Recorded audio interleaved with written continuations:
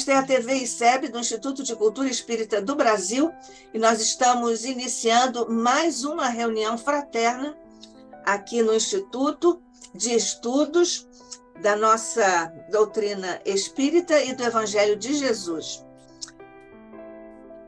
Mestre querido, neste instante em que recebemos as tuas bênçãos por sobre nosso propósito de estudar o teu Evangelho para melhor aplicá-lo, porque desejamos, Jesus, seguir-te os passos, os conselhos e a trilha que deixaste luminosa para nós seguirmos. Nós te rogamos as bênçãos por sobre o Instituto, por sobre todos os nossos irmãos nas várias humanas necessidades que se estendem agora diante de teus olhos, augustos e generosos, no planeta que amorosamente diriges. Guarda-os, Jesus, sob a tua paz, a tua luz, a tua resiliência, o teu amor. Guarda-nos também a todos aqui no ICEB. Abençoa o nosso querido irmão e companheiro, amigo, João Nogueira, que veio nos falar hoje mais uma vez sobre o teu Evangelho e as alegrias de estudá-lo. Guarda-nos a todos, abençoa estes nossos instantes de paz e de luz e sigamos, Jesus, com a tua bênção, as bênçãos de Maria, de nossos anjos da guarda e de todos os nossos mentores queridos, aqui no ICEB, Casa de Deolindo Amorim, nosso fundador e idealizador, nosso presidente Jorge Andréa e todos os demais mentores que trouxeram esta casa ao ponto em que está, mas te rogamos, Jesus, as forças e a iluminação para darmos continuidade a esta obra, que é um plano de amor dos nossos mentores. Fica conosco hoje e sempre, sob a graça de nosso Pai.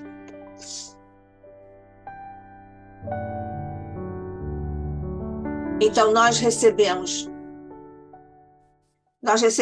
hoje o nosso querido companheiro João Nogueira, que é empresário, carioca, espírita desde 1994, é diretor financeiro do Centro Espírita Caminho do Senhor, aqui no Rio de Janeiro, e da Rádio Rio de Janeiro, a emissora da Fraternidade, 1400 AM, e em todas as plataformas. Seja muito bem-vindo mais uma vez, nosso querido João Nogueira. Obrigado, Nádia. Obrigado ao ICEB. Obrigado a todos que estão aqui no ao vivo e todos aqueles que depois terão a possibilidade de nos acompanhar pelo YouTube. É um prazer, mais uma vez, retornar aqui. Isso. O João vem dar continuidade a uma série que ele está nos trazendo sobre os milagres de Jesus, e hoje ele vai nos falar sobre Jesus acalma a tempestade. Vamos lá nessa calma, João? É muito importante, né, que nós tenhamos calma nessa hora, como dizem. O nosso mestre, ele não revelou tudo aquilo que ele poderia, mesmo porque nós não conseguiríamos entender.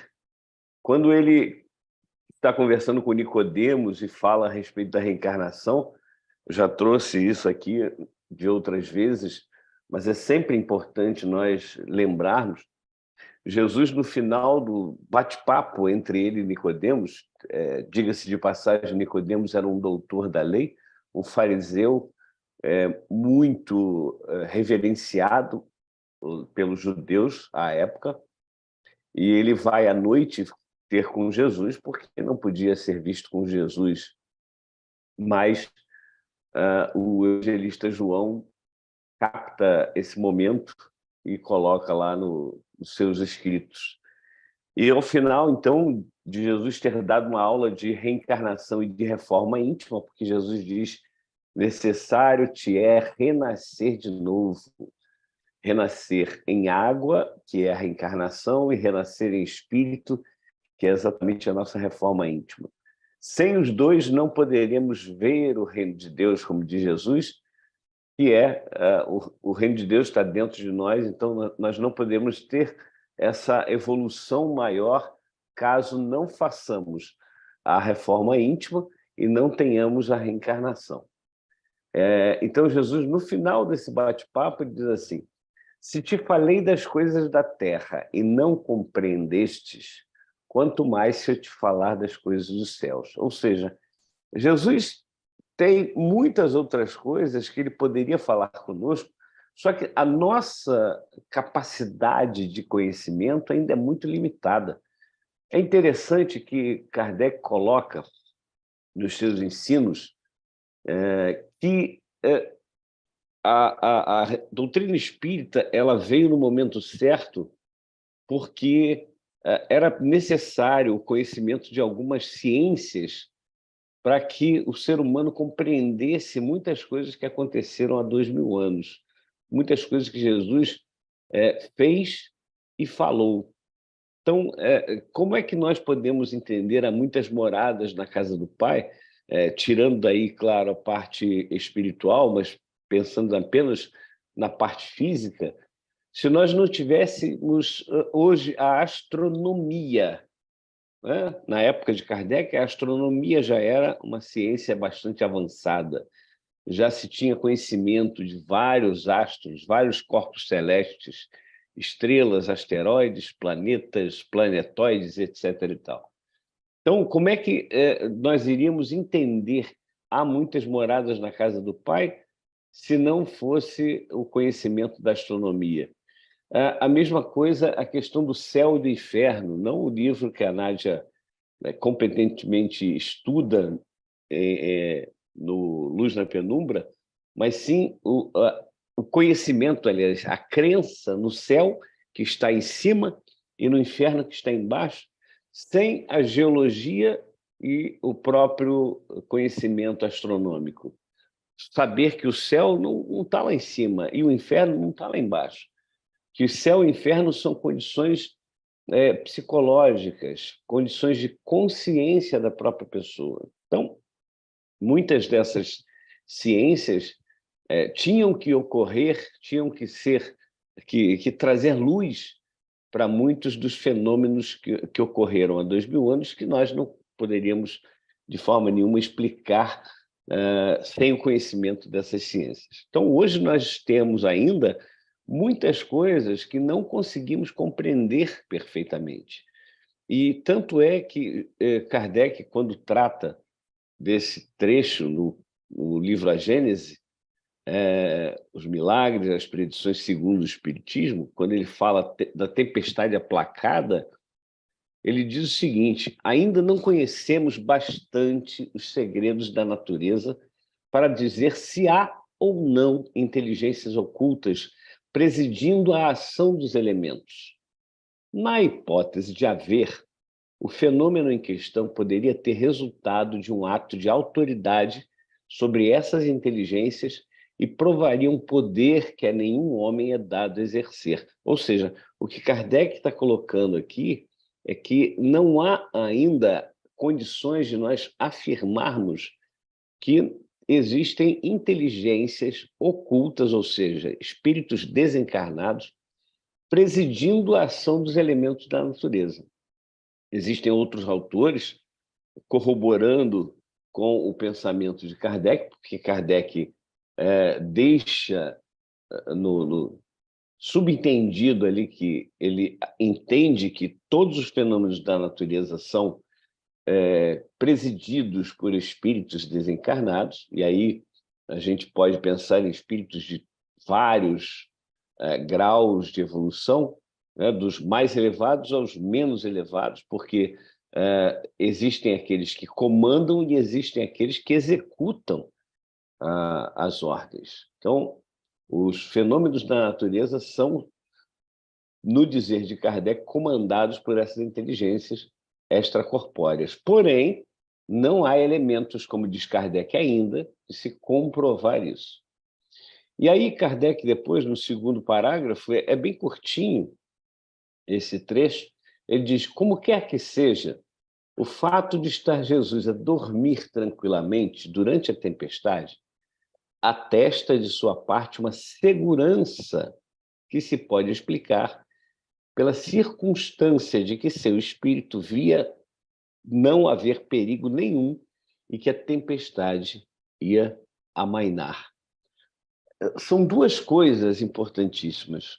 Como nós falamos no nosso último encontro, do Jesus caminhar por sobre as águas, ele tinha a capacidade, sim, de caminhar por sobre as águas, de controlar, de forma que ele tinha autoridade para fazer com que todos esses fenômenos ocorressem, sem mesmo a ajuda, digamos assim, desses espíritos desencarnados. Mas é óbvio, a gente pensa muitas vezes, Deus não pode modificar certas coisas? Claro que Deus pode.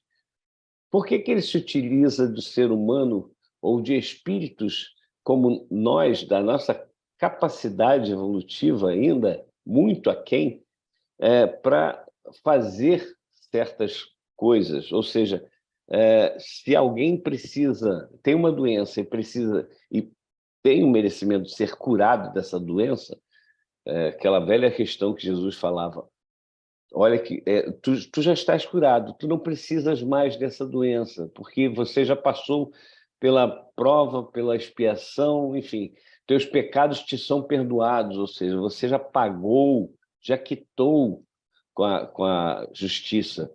E aí vem alguém e aplica um passe naquela pessoa, e aquele passe, auxiliado pela espiritualidade, acaba curando aquela pessoa. Por que Deus não faz diretamente?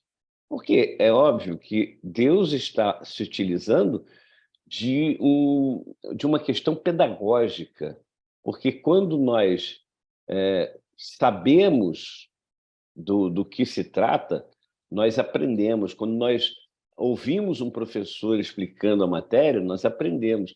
Mas quando nós ensinamos, quando nós praticamos, quando nós participamos daquele processo, o aprendizado é muito maior. Existe um estudo, a Nádia, claro, pode falar muito melhor do que eu sobre isso, de pedagogia, que realmente, quando a pessoa ensina, ela aprende muito mais do que ela apenas estando colocado na posição do aluno que só ouve, escreve, enfim, na posição passiva, digamos assim. Então, Deus se utiliza de todas as criaturas, inclusive criaturas como animais, como os vegetais, para auxiliar os outros elementos da natureza, as outras criações de Deus.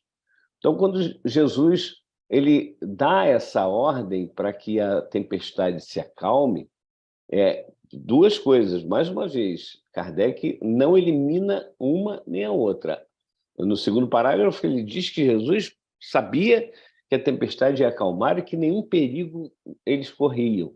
E no primeiro parágrafo, ele diz que inteligências desencarnadas poderiam estar a serviço dessas questões da natureza. Então, nós temos ventos, ondas, essa onda de frio citada pelo nosso irmão, né, que vai chegar e vai transformar a lagoa num lago de patinação.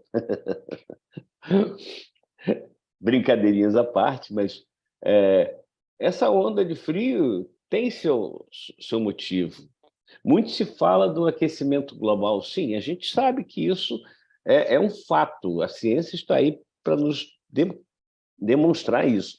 Mas será que isso está solto? Quer dizer, Deus não tem controle sobre esse tipo de coisa? Vai deixar que a Terra vire um inferno, literalmente, ou seja, uma fornalha de fogo? Claro que não. Tudo está rigorosamente certo. Há necessidade da chamada violência crescer para que nós possamos dar mais crédito e querer mais a paz. É preciso que a guerra aconteça ainda na nossa psique, pensamento, é preciso ainda a guerra acontecer para a gente querer a paz, lutar pela paz. É preciso que o racismo ocorra, e eu acho que nem deveria ser utilizada essa palavra, porque a raça é humana, e sim alguma coisa relacionada à cor da pele, ao tom da pele.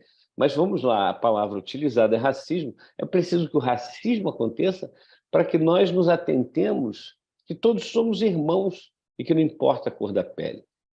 É preciso que venha a tempestade para que nós possamos dar valor à calmaria, porque senão a gente não dá valor, a gente não percebe a grandeza das coisas tranquilas, da tempestade amainada. Olha, a tempestade ocorreu, agora acabou. Depois da tempestade vem a chamada bonança, né? Como diz, traz o ditado. Então, nós ainda precisamos dessas coisas severas para que nós possamos dar valor às coisas tranquilas. Senão, nós realmente não daríamos valor. E a capacidade do Cristo é tal que a gente ainda, como disse logo no início, não consegue compreender ainda.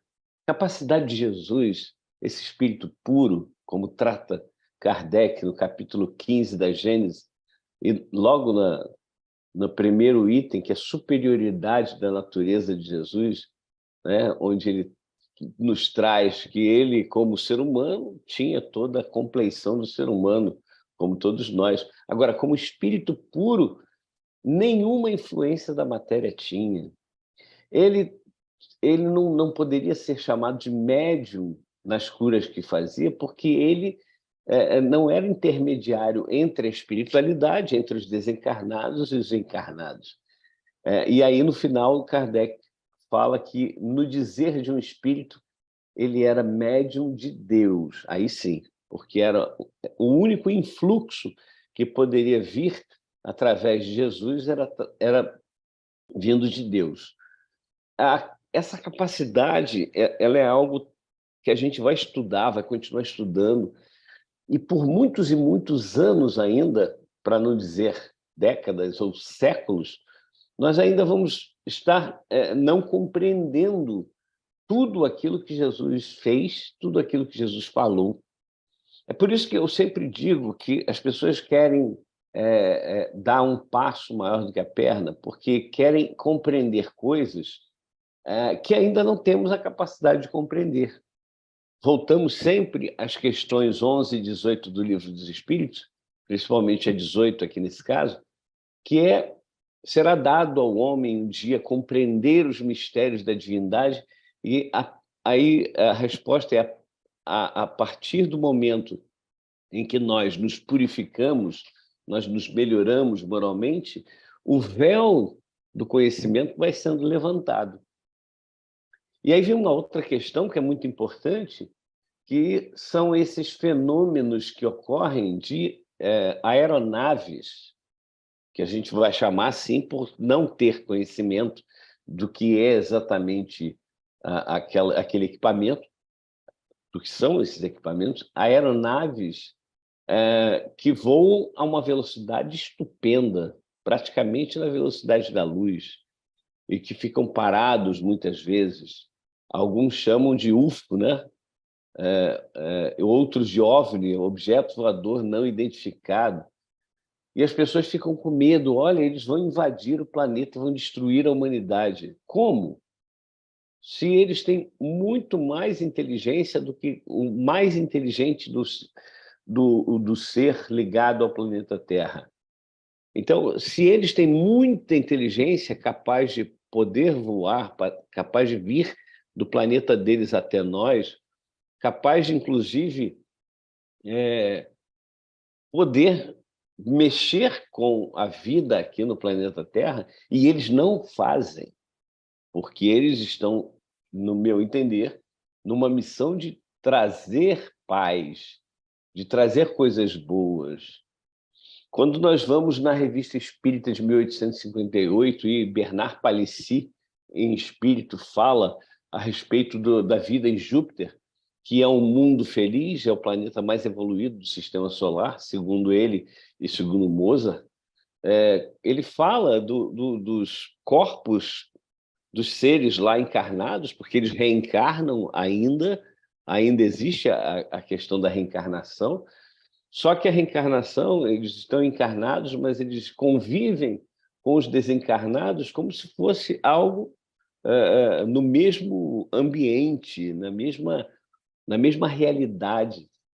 E eles dizem o seguinte: olha, mas os corpos físicos lá, dos reencarnados, eles são mais sutis que os vossos perispíritos. A gente fica assim, meu Deus, como assim?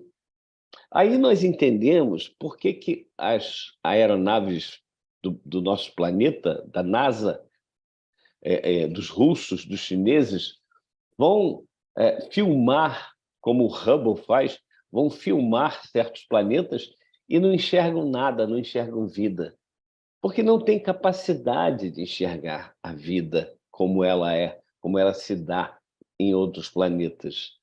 Será que Marte é aquele deserto todo que aparece nas imagens? Não dá para saber. Provavelmente até não, porque existem seres vivendo e construções nesses locais, não vou afirmar que é em Marte, não, mas nesses locais existem construções que escapam à capacidade de visão do ser humano. Lembrando que nós temos capacidade limitada de visão, de audição. Tudo que está dentro do espectro da visão do ser humano é captado pela visão e reconhecido pelo cérebro. Mas o que passa para baixo e para cima dessa faixa de visão nos escapa. É a mesma coisa a audição. Tem aquele apito, né? O pessoal chama de apito para cachorro, que é um apito que tem que dá um som acima da capacidade auditiva do ser humano. O cachorro, os animais, né, os gatos, os cachorros, eles ouvem aquilo, mas o ser humano não ouve. Olha que coisa interessante. Então, muita coisa escapa aos nossos sentidos físicos, que ainda, vou repetir, são muito grosseiros. Os nossos sentidos físicos, 5 sentidos, são muito grosseiros. Muitas vezes a gente se acha, né, muito elevado, ou a gente até vê uma pessoa que tem uma capacidade maior do que a nossa, bem maior do que a nossa, tanto intelectual quanto moral, e a gente fala, nossa, é um espírito muito evoluído. Meu Deus, para nós é. É por isso que chamaram Jesus de Deus, porque não entenderam que Jesus não é Deus. Jesus está a serviço de Deus, Jesus é um espírito puro, sim, mas a perfeição absoluta é Deus, não são os espíritos que vão chegar à perfeição relativa, à perfeição que Deus designou para cada um de nós, que nós chegaremos, sim, sabe lá Deus quanto tempo ainda temos e quanto arroz e feijão espiritual para que nós possamos chegar a essa perfeição. Mas aí a gente começa a se enxergar, a pequenez, a nossa pequenez. Tem vários vídeos aí no YouTube, já que nós estamos transmitindo também via YouTube, na TV ICEB, tem vários vídeos de corpos celestes e vai sendo feita uma comparação, começa com Plutão, depois vem a Lua. Outro dia, conversando sobre isso, uma pessoa virou e falou assim, ué, Plutão é menor do que a Lua? Segundo essa comparação que eu vi, sim, Plutão é menor do que a Lua. Olha que coisa. Por isso que não é considerado um planeta, né? Então, Plutão, Lua, algumas outras luas de outros planetas, aí vem o planeta Vênus, depois vem o planeta Terra, né? E aí vai crescendo, crescendo, chega o Sol, depois e aí conforme vai aparecendo outro corpo celeste maior, ele vai diminuindo aquele corpo celeste apresentado, né? A Terra fica pequenininha, depois o Sol começa a ficar pequenininho, depois aparecem outras estrelas maiores e maiores e maiores e maiores, a ponto de apresentarem uma estrela que, para sair de uma extremidade dessa estrela até a outra extremidade, viajando à velocidade da luz, seriam anos. Olha só, 300 mil quilômetros por segundo, essa viagem, que é a velocidade da luz, 300 mil quilômetros por segundo, viajando de uma extremidade à outra dessa estrela, e demoraria anos para que nós pudéssemos fazer essa viagem. É coisa que, às vezes, você fica olhando e falando assim, isso não é possível. Mas só que é possível, é criação de Deus. Aí vem novamente a Gênese de Kardec, quando Kardec fala do fim do universo, né? Suponde um fim para o universo. O que há depois desse fim? O nada? E ele complementa, o nada não existe. E a gente fica assim, meu Deus.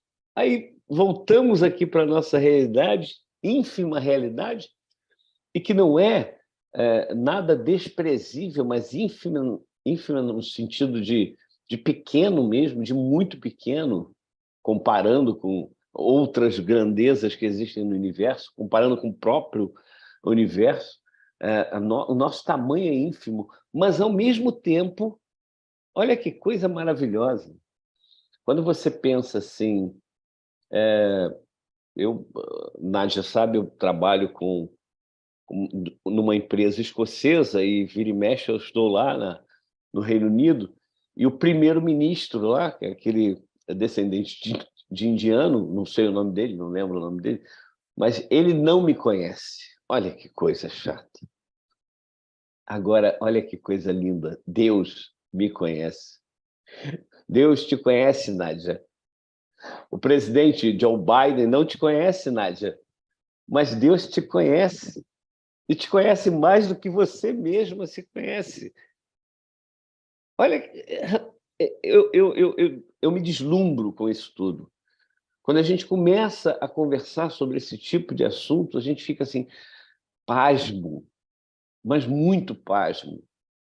E começamos a perceber a grandeza desse Deus.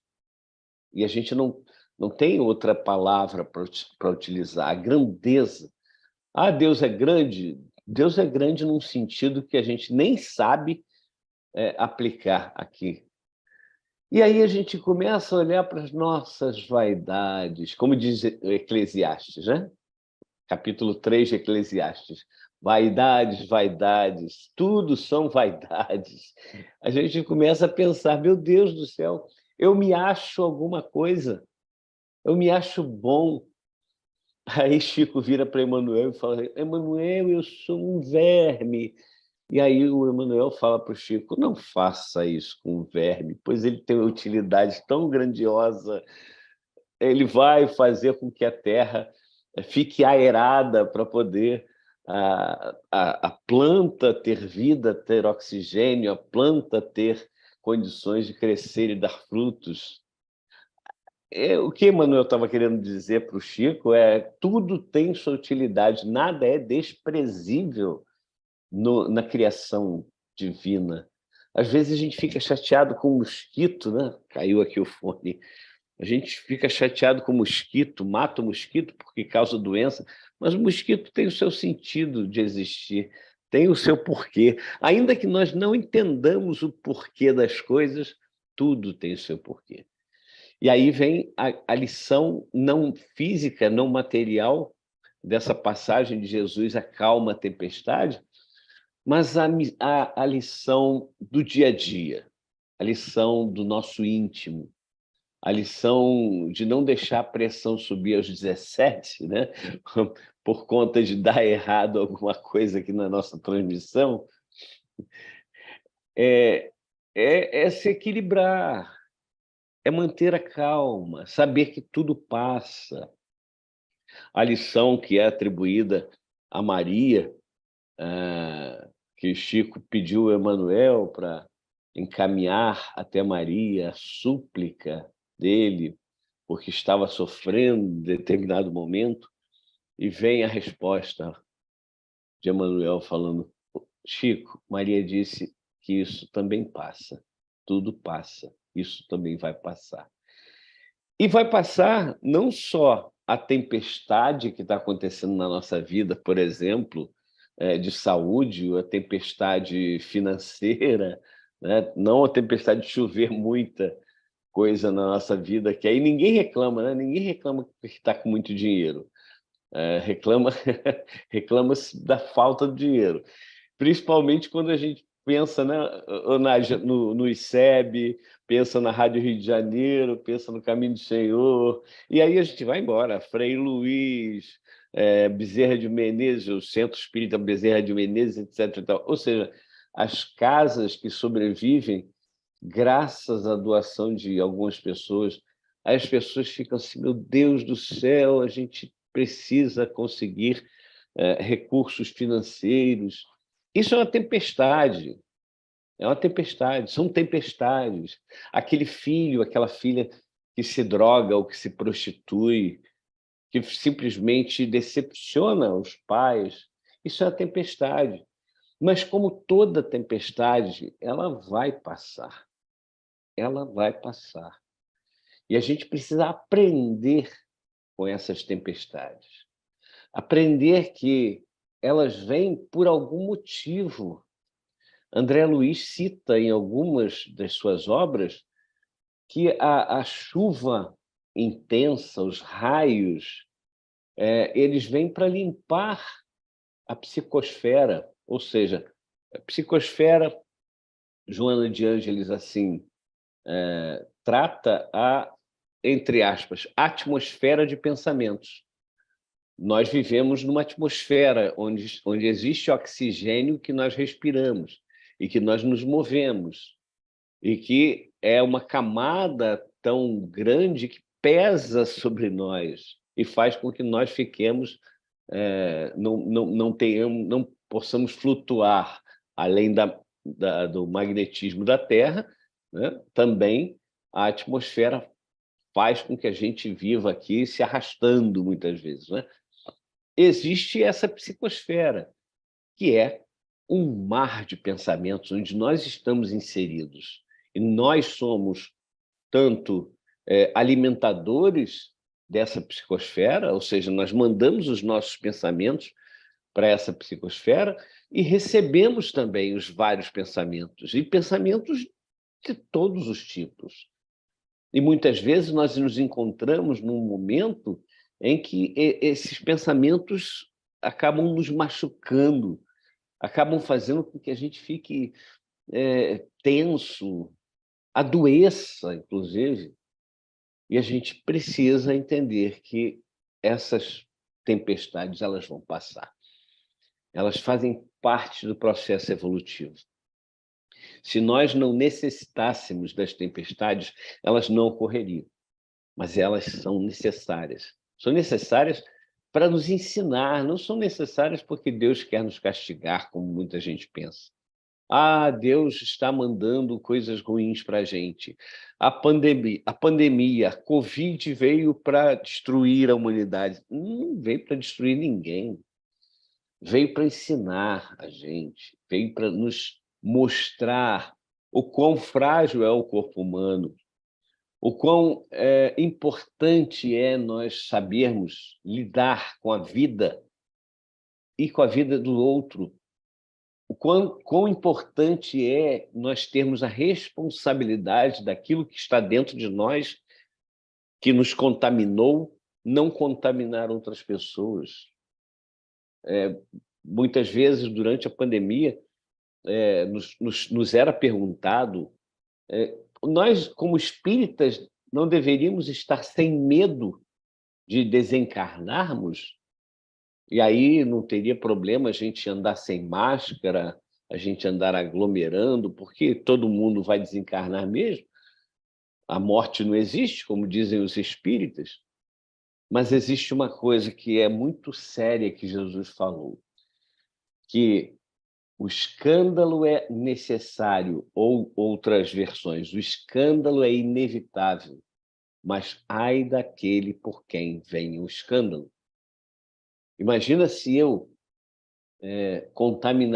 souber que eu contaminei alguém e esse alguém veio a sofrer. Não vamos falar da desencarnação, vamos falar do sofrimento. Vocês imaginam como é alguém ficar entubado por dias e até semanas numa UTI, preso, depois de acordar com todas as sequelas que a Covid traz para muita gente. E eu fui o responsável por essa pessoa ter se contaminado. Ela tinha que ser contaminada. Voltamos à frase e alerta de Jesus. O escândalo é necessário, sim, mas ai daquele por quem vem o escândalo. Se João tem que desencarnar através de um tiro na cabeça, esse tiro pode ter sido disparado acidentalmente ou alguém vir colocar a arma na minha cabeça e atirar. São duas situações completamente distintas. Eu desencarnei pelo tiro na cabeça, mas num caso foi algo simplesmente acidental e no outro foi algo proposital. Então, é o que nós fazemos aos outros que faz com que nós tenhamos realmente a culpa ou não. E nós somos responsáveis por tudo aquilo que nós fazemos a nós e aos outros.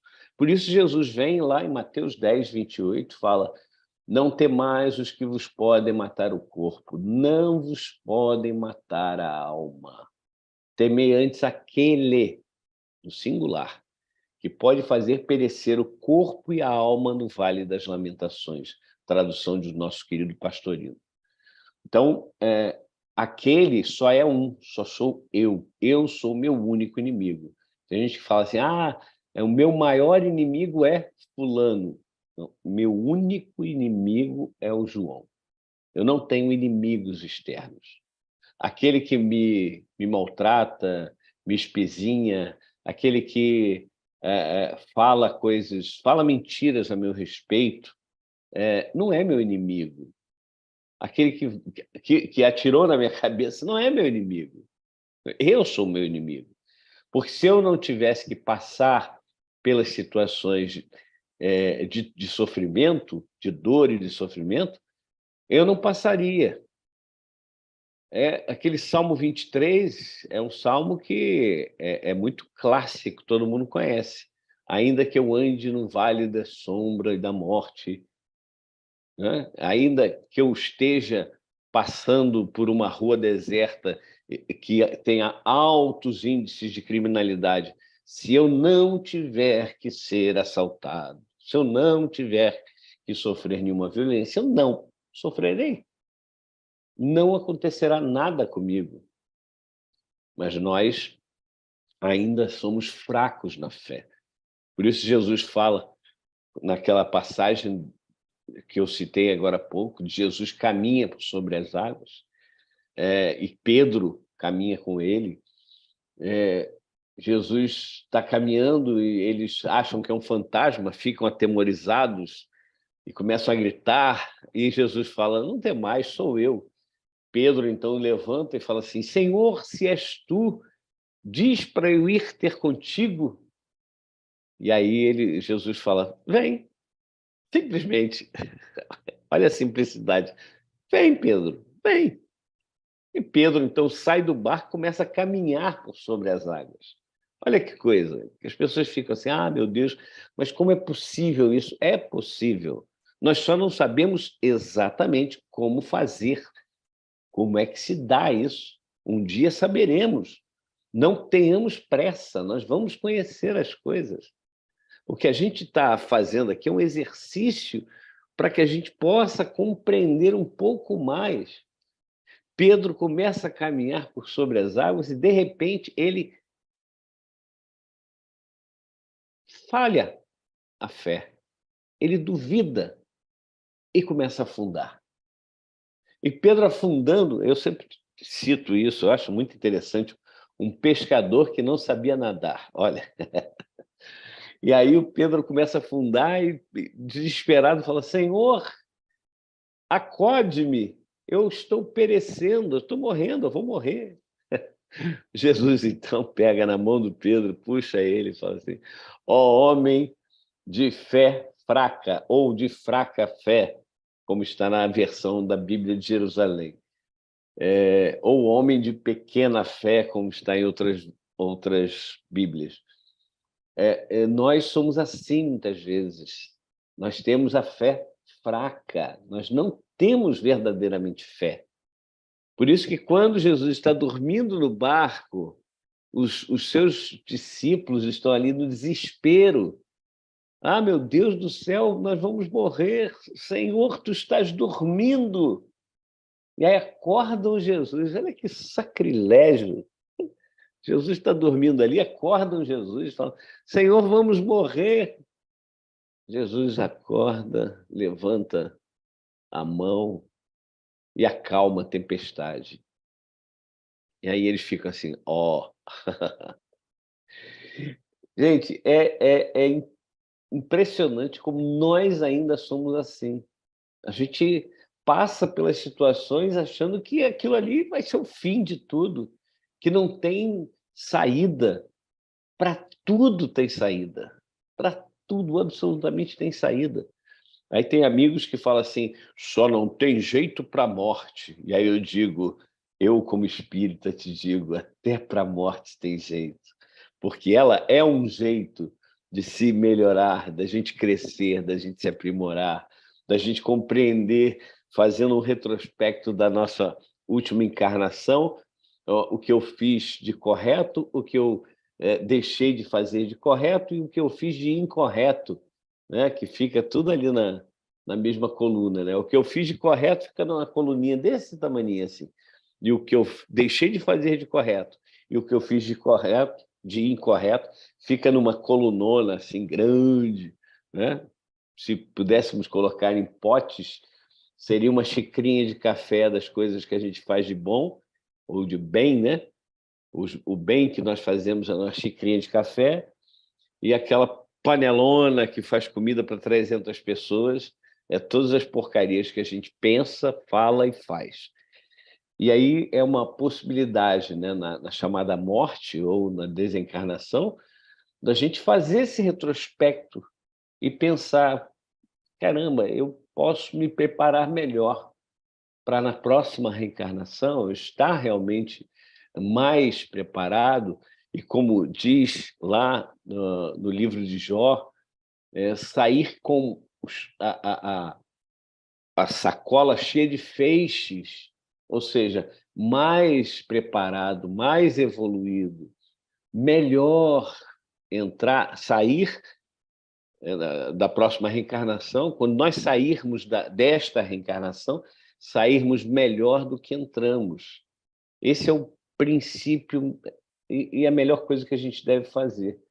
E quando a gente começa a fazer esse retrospecto na nossa vida, mesmo sem ter desencarnado, mostra para a gente onde a gente precisa acertar, onde a gente precisa corrigir. Se eu estiver sempre olhando para dentro de mim e perguntando o que é que eu faço de certo, o que é que eu faço de errado, e aí eu melhoro aquilo que eu faço de certo e corrijo, transformo aquilo que eu faço de errado. E eu vou fazendo isso, eu vou sendo um ser melhor. Ah, João, você já faz isso? Não, óbvio que não. É uma tentativa.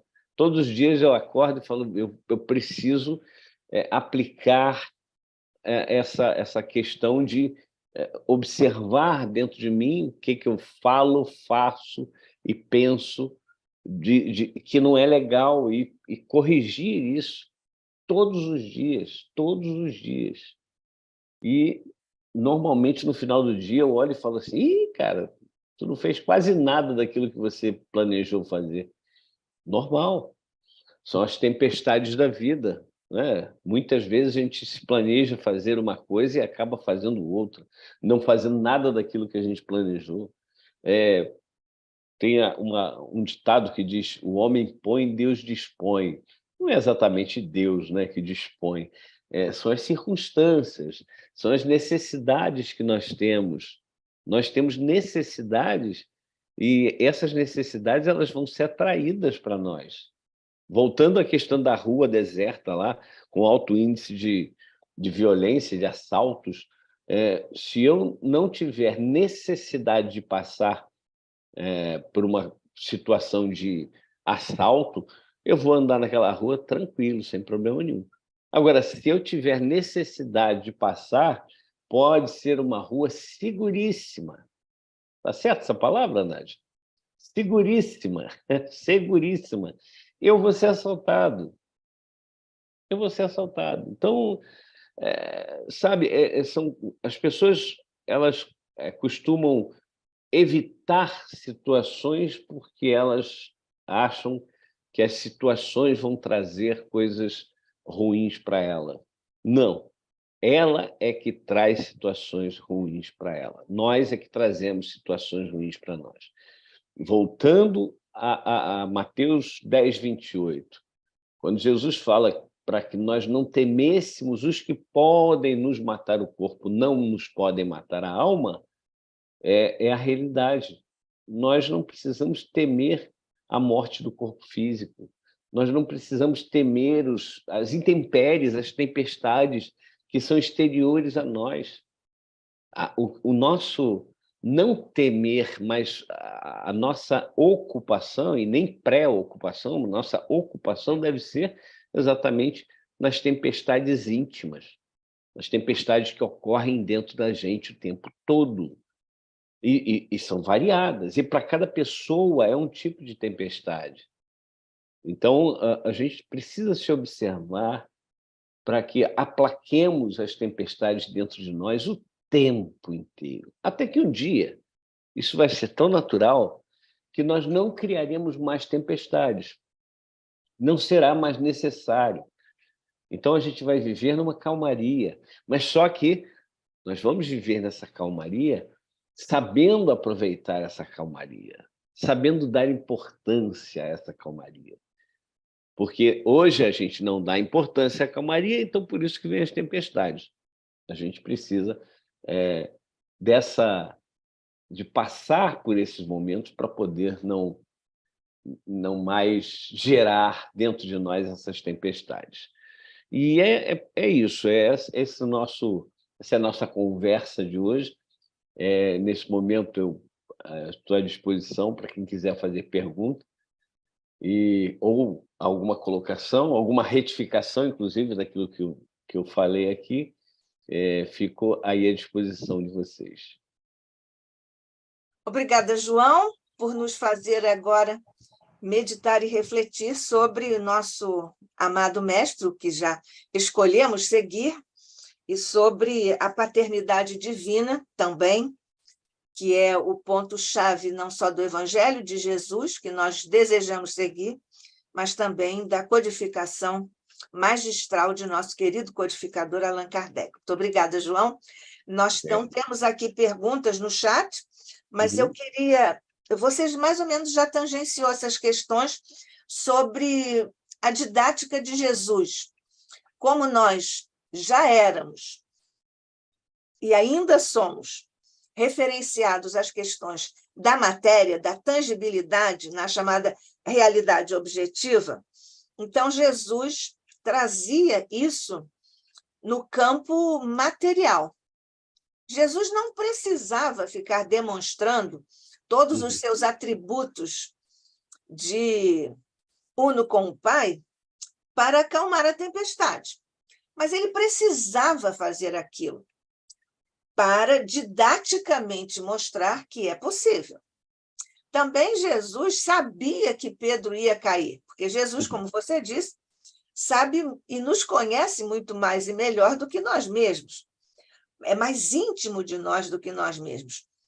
Mas ele precisava também demonstrar isso, inclusive para o próprio Pedro cair em si. Cair em si é uma expressão que nós usamos, mas passou a ser um conceito que Joana de Ângeles desdobra, como sempre, nós sabemos, magistralmente também. Então, isso também faz parte do nosso autoconhecimento. Conhecermos as nossas limitações para conhecermos os nossos limites. Então, essa é uma questão da didática de Jesus, que em várias outras oportunidades do Evangelho ele também usou isso, que é também digamos, uma lembrança ou uma retomada da postura que Sócrates nos trouxe, né? Então, esse acalmar a tempestade e a mensagem espiritual que vem junto com essa questão física, material, que você trouxe para nós aí tão bem ilustrado.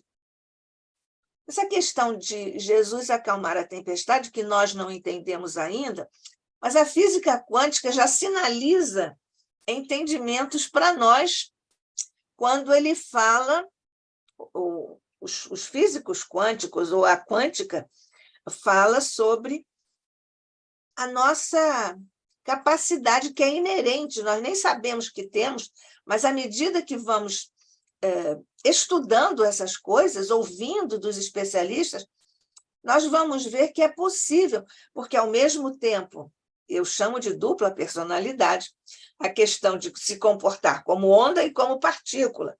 Então, com essas questões, existem ou podem ser realizados os chamados milagres.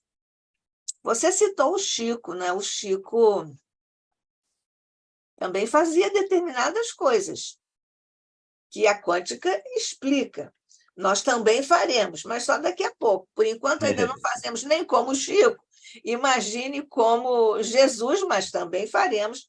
Depende do nosso esforço, da nossa disciplina no esforço da evolução para chegarmos a fazer isso. E você falou também, João, da morte, né? Nós dizemos que o Espiritismo matou a morte, que é um jogo de palavras interessante que nós gostamos de fazer. No fundo, não há morte no universo. Existe transformação. A doutrina espírita nos deixa muito seguros a esse respeito, mas uma coisa é entender aqui, outra coisa é viver aqui. A questão da morte, não é isso? Lavoisier foi gênio quando ele disse que na natureza nada se cria, nada se perde, tudo se transforma. Olha, exatamente. Uma coisa divina. E quando eu penso na morte, eu gosto muito daquele pensamento de Fernando Pessoa. A morte é uma curva na estrada. Quer dizer, a pessoa que faz a curva, ela deixa de ser vista por nós, deixa de ser percebida por nós. Aí a gente vai chegar naquela curva, vai entrar e vai ver a pessoa, vai reencontrar a pessoa. Olha que coisa! E vai deixar de ser visto e ser presenciado pelas pessoas que ainda não chegaram nessa curva. É algo assim, uma tirada do Fernando Pessoa magnífica. E se você vai ver também, Paulo de Tarso fala a respeito da morte. Ele diz: onde está tu, ó morte? Onde está, ó morte, o teu aguilhão? Isso. Onde está? Cadê? Não aniquila. Aguilhão aniquilaria. Não existe aguilhão da morte. Não aniquila ninguém. Nós continuamos existindo. E como diz lá na introdução do Evangelho segundo o Espiritismo, né? As vozes ressoarão dos túmulos. Olha que coisa linda. E estão aí os nossos amigos desencarnados conosco o tempo todo. Estão aí com a Nádia, estão aqui comigo, estão aí com cada um de vocês, estão por aí. Paulo de Tarso também, na sua Epístola aos Hebreus, capítulo 12, primeiro versículo, se não é o maior, é um dos maiores versículos da Bíblia. Diz o seguinte: nós que estamos rodeados de uma tão grande nuvem de testemunhas, são esses desencarnados que nos cercam, Deixemos de lado o embaraço e o pecado que tão de perto nos rodeiam, aquelas instigações que alguns dos nossos irmãos fazem conosco, né? Então, deixemos de lado o embaraço e o pecado que tão de perto nos rodeiam e corramos com perseverança a carreira que nos está proposta, que é a carreira da busca do reino de Deus que está dentro de nós, a busca do aperfeiçoamento de cada um de nós. A gente deixar as coisas têm importância, deixa quieto. Por que eu vou me importar com certas coisas? Nós nos importamos com coisas muito banais. Eu estou fazendo uma autoanálise, uma autocrítica comigo, que eu, talvez por conta da minha profissão de vendedor, eu sempre me antecipo. É um exercício que eu faço de me antecipar ao pensamento das pessoas. E aí, muitas vezes, a maioria das vezes, é me antecipar a uma crítica, a uma colocação errada das pessoas. E aí eu falo, mas não posso ser assim, eu não posso fazer esse tipo de coisas. Eu não posso imaginar que todas as pessoas vão estar querendo fazer alguma coisa de errado comigo. Isso não é bom, para mim não é bom, nem para ninguém, na verdade. Mas é uma autocrítica, então eu tenho que falar olhando para dentro de mim. E fazer essa autocrítica é muito importante, porque a gente acaba descobrindo coisas que a gente não sabe.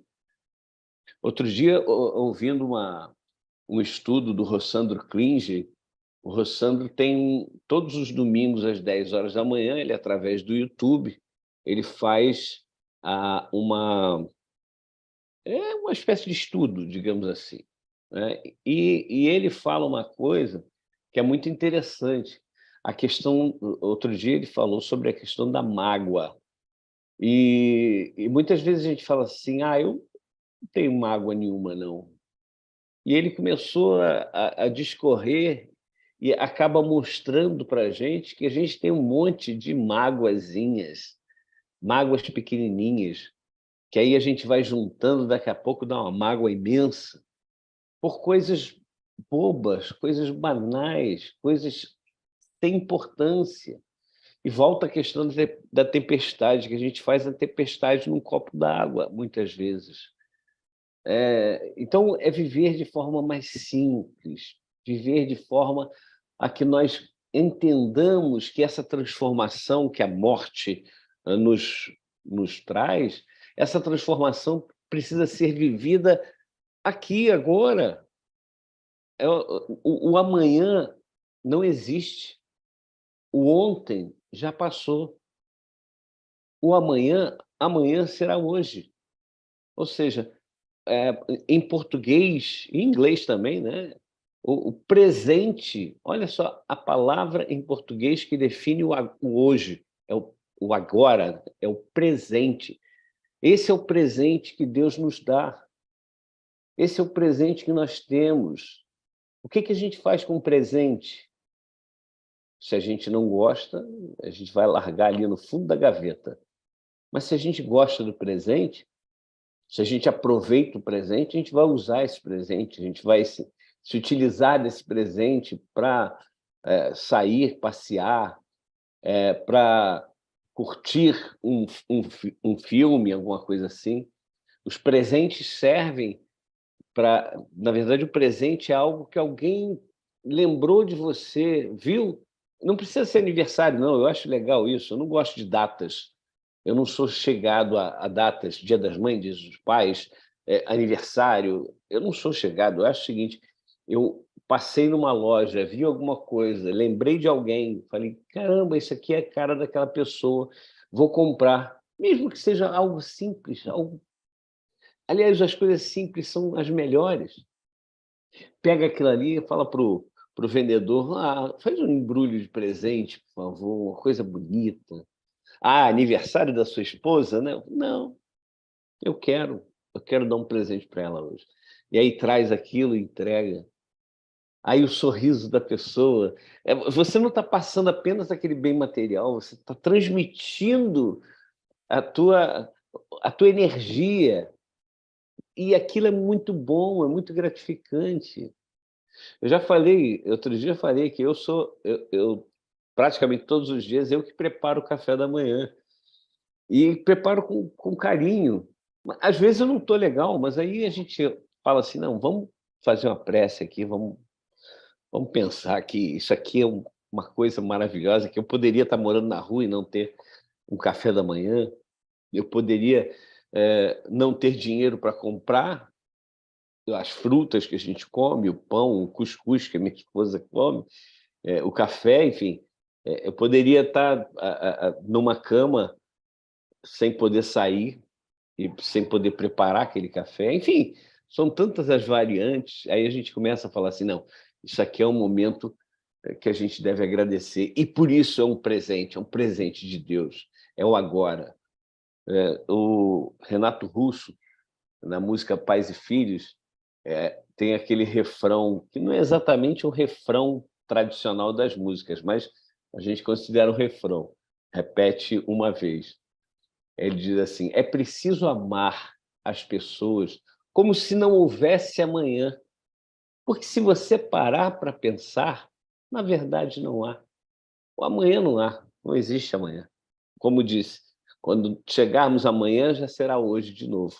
A gente nunca vive o amanhã. A gente nunca consegue transformar nada amanhã. Só hoje, só agora. Hoje é sexta-feira, véspera de final de semana, aí as pessoas, que bom, hoje é sexta-feira, chega de trabalho. Meu Deus, tanta gente desempregada querendo um trabalho, querendo um emprego. E a gente chega sexta-feira, graças a Deus acabou a semana, agora eu vou curtir. Eu vou curtir, amanhã eu vou para a Rádio Rio de Janeiro fazer o programa A Consolação de Jesus às 9 horas da manhã, depois às 5 horas da tarde tem os 39 anos do Caminho do Senhor, que é 24 de junho, é o dia de São João Batista, é o patrono do Caminho do Senhor, João Batista. E aí, no domingo, tem o programa Caminho do Senhor ao vivo. Quer dizer, olha só, que coisa maravilhosa, trabalho no bem. E aí eu clamo aos amigos, aos irmãos que nesse momento estão nos assistindo, que busquem trabalhar no bem. Teve um irmão que foi procurar o Chico Xavier, e ele estava com câncer terminal, e ele falou, Chico, estou morrendo, Chico, me ajuda. Chico olha para ele e fala assim, meu irmão, troque a doença pelo trabalho. Troque a doença pelo trabalho, e o trabalho no bem. Então, as tempestades da vida, elas vão sendo amainadas à medida que nós vamos trabalhando no bem e olhando para dentro da gente e corrigindo aquilo que deve ser corrigido com tranquilidade, sem pressa. Mais uma música me vem à cabeça, do Roupa Nova. Para que tanta pressa de chegar, se eu sei o jeito e o lugar? É isso, Nádia. É isso, irmãos. E nós estamos no lugar que é o ICEB, de estudo da doutrina espírita e do Evangelho de Jesus, e de estudarmos juntos, fraternalmente, essas maravilhas, os deslumbramentos que nós temos com todos os atos, todas as passagens de nosso Mestre Jesus, o governador do planeta, nosso irmão de luz, nosso irmão maior, que zela por todos nós, ainda que nós não tenhamos disso noção a cada instante, mas ele faz isso, porque é o governador do planeta e é o mestre de todos nós. Então, João, nós não temos aqui mais perguntas sobre esse tema instigante para nós, porque os milagres de Jesus continuam sendo temas instigantes para todos nós, e nós vamos ter o trabalho abençoado de buscarmos sempre as motivações de Jesus, as lições de Jesus explícitas e implícitas em todos os seus atos, em todos os cenários em que ele fez desfilar a sua grandeza cósmica, e então nós vamos continuar estudando juntos aqui no Instituto de Cultura Espírita do Brasil e em toda parte onde seriamente nós todos nos dispusermos a buscar essas luzes que nos chegam, das quais nós precisamos não só nos aproximar, mas das quais nós precisamos conhecer os mistérios que ali estão gravados, incrustados. Nádia, eu gostaria de ressaltar mais uma vez a importância da nossa união. Hoje, ICEB e a Rádio Rio de Janeiro, graças a Deus, estão cada vez mais se aproximando e cada vez mais compartilhando do trabalho, cada um na sua, e as duas instituições se auxiliando mutuamente. Então, é importante que nós façamos isso no movimento espírita como um todo. A Rádio Rio de Janeiro, que por um tempo andou afastada do movimento espírita, né, por vários motivos, não vem aqui ao caso a gente ficar desfilando, mas hoje a diretoria atual tem o maior interesse, o maior empenho em fazer com que o movimento espírita esteja juntinho da Rádio Rio de Janeiro, que é um canal da divulgação da doutrina espírita. É um canal por onde o ICEB pode ter lá a sua voz. O Caminho do Senhor tem a sua voz, o Frei Luiz, o Leon Denis. Então, essa união nossa faz com que cada vez mais a gente consiga levar para os nossos irmãos de caminhada, e cada vez mais irmãos que não conhecem a doutrina espírita estão conhecendo a doutrina espírita através desses canais que a gente tem aí, que a gente disponibiliza, e que são fundamentais.